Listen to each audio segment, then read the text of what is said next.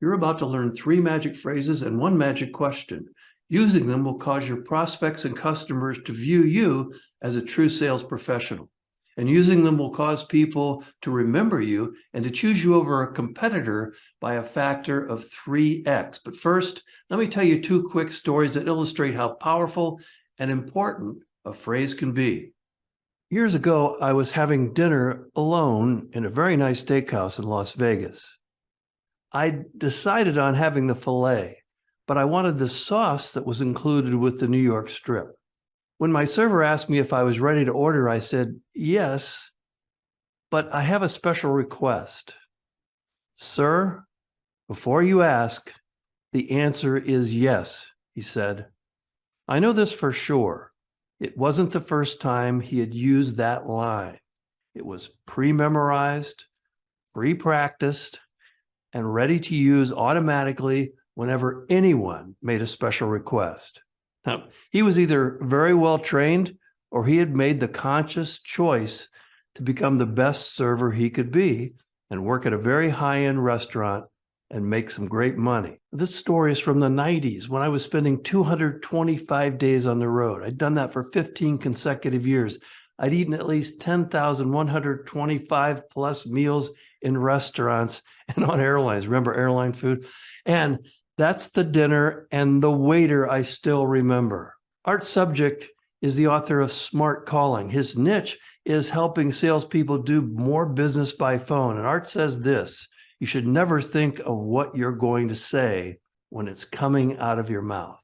Before Expedia and all those other travel sites, I had a travel agent named Jerry. Every time I called, she picked up the phone and said, "This is Jerry. I can help you." She didn't say, "May I help you?" She said, "I can help you." And she could.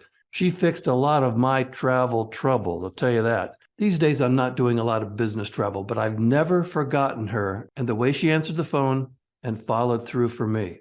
A true travel professional. Dale Carnegie advocated for the selective use of pre-memorized language 80 years ago, and I'm advocating for the selective use of pre-memorized language today. So now here are 3 magic phrases and 1 magic question from the accidental salesperson. How to take control of your sales career and earn the respect and income you deserve.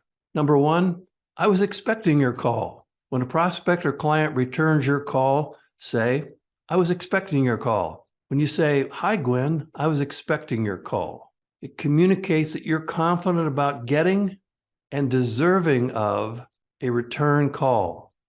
Prospects and clients will note the phrase, I was expecting your call, and they'll remember it, and they'll remember you.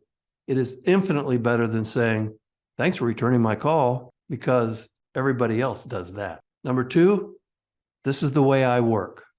By having a this is the way I work talk, you show prospects and clients you've done this before and have a process that you go through to see if you can help the person across the desk gain the outcomes they're looking for.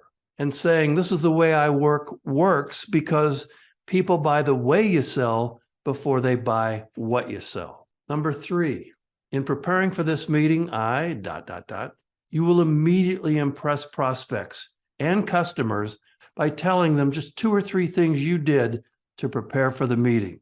They will remember you and appreciate the phrase you uttered. In preparing for this meeting, is magic. And that's because the number 1 thing buyers dislike about sellers is lack of preparation. And the magic question?